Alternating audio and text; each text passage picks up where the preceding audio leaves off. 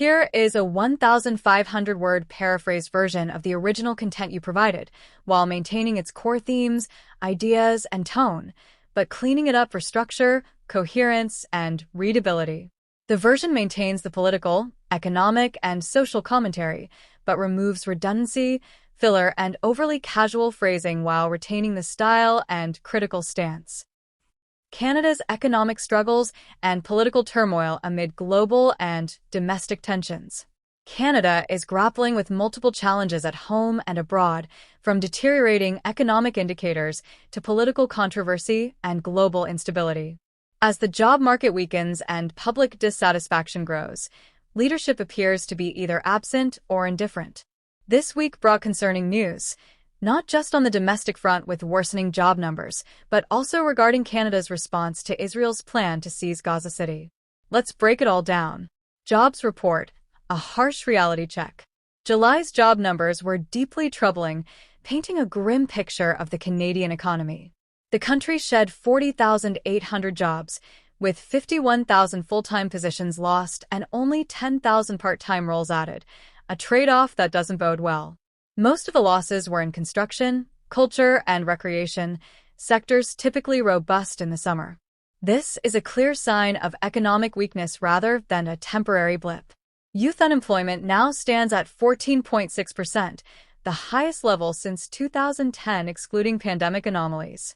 The employment rate for young people has plunged to 53.6%, a number not seen since the late 1990s. The private sector is hemorrhaging jobs, shedding 39,000 positions, and regions like Alberta and British Columbia were hit hard. Alberta alone lost 17,000 jobs, while Ontario's unemployment is nearing 8%, and Toronto's is now at 9%. These numbers point to more than just a soft landing. This is a slow-motion crash, where wage growth in isolated sectors masks systemic job loss.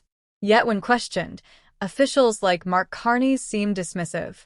At a press conference, he deflected concerns by citing wage growth and past job gains, offering little real accountability or empathy. Mark Carney's detached leadership. Carney's tone during the press conference suggested indifference. When asked about the 41,000 lost jobs, he leaned on vague optimism, mentioning wage growth and progress on the cost of living due to tax cuts.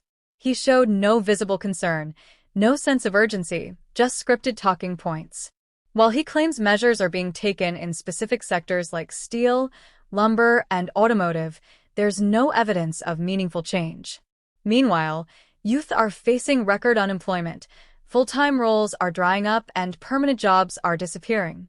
It's also telling that Carney seems more focused on Eastern Canada, with Alberta and BC facing the brunt of job losses, while Ontario receives more federal attention. This raises concerns about regional bias and neglect of economically struggling provinces. The youth employment crisis. Youth are being particularly crushed by these trends. They're told the reason they can't find work is due to lack of experience. This narrative is repeated in mainstream media, but it ignores the influx of newcomers, often prioritized in subsidized hiring, over Canadian youth. In fast food and entry-level positions, experience should not be a major barrier, yet it's becoming the go-to excuse to justify why local kids can't get jobs. Many believe that Canada's immigration policy, particularly the influx of temporary foreign workers and new permanent residents, is directly impacting the availability of low-level jobs for Canadians. While the government insists otherwise, this remains a strong perception on the ground, and it's fueling resentment and skepticism. Young Canadians are entering a job market where full-time opportunities are rare and part-time work is no longer a stepping stone but a dead end. Israel and Gaza, Canada's toothless response. Internationally, Canada is drawing criticism for its lackluster response to Israel's plans to take full control of Gaza City. With Prime Minister Netanyahu facing an ICC warrant and his government still planning to occupy Palestinian areas, Canada's leadership had an opportunity to make a principled stand. Instead, we got the same vague diplomatic statements about working with allies and supporting a two-state solution, even as facts on the ground make that vision increasingly implausible.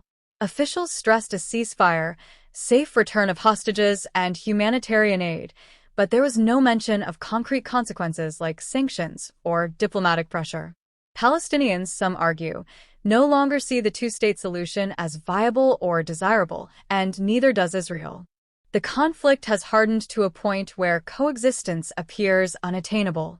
Canada's politicians, however, continue to parrot platitudes, lacking influence and credibility on the world stage. Melanie Joly targeted at Ho.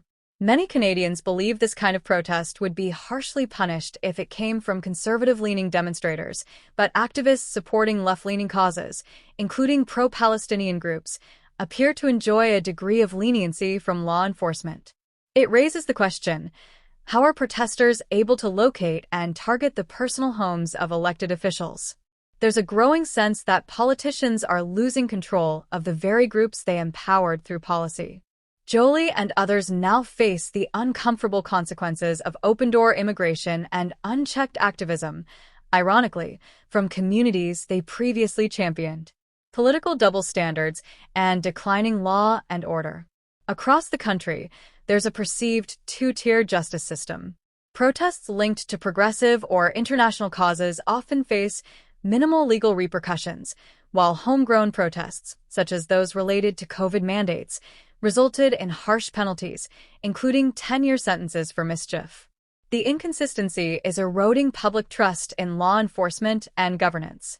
Meanwhile, vandalism and arson in public spaces, like the recent $10,000 fire at an Ottawa playground, are being reported as suspicious rather than criminal. There's a growing sense that chaos is being normalized. Culture clashes and unreasonable demands. A growing number of stories are surfacing involving cultural accommodation conflicts, such as a Middle Eastern student complaining about the lack of bidets in Canadian university bathrooms. While it's reasonable to expect some facilities to adapt for international students, the demand for full-scale cultural replication crosses into entitlement. Many Canadians are asking, if newcomers are unhappy with basic infrastructure or cultural norms, why not return to countries where such amenities are standard? At some point, the host country's values and systems should take precedence. This becomes even more apparent when contrasted with experiences abroad. Many Canadians traveling in Asia or the Middle East adapt to local norms without demanding change. Yet in Canada, some newcomers expect Canada to adapt entirely to them. Migrant hotels and the next crisis. The federal government recently announced it would cease funding hotels for migrants by September 30th. With over 4,000 migrants living in hotels in Niagara Falls alone, the question now becomes, where will they go? If the government stops paying, will the migrants leave? Or will they squat, forcing hotel owners into legal and financial distress?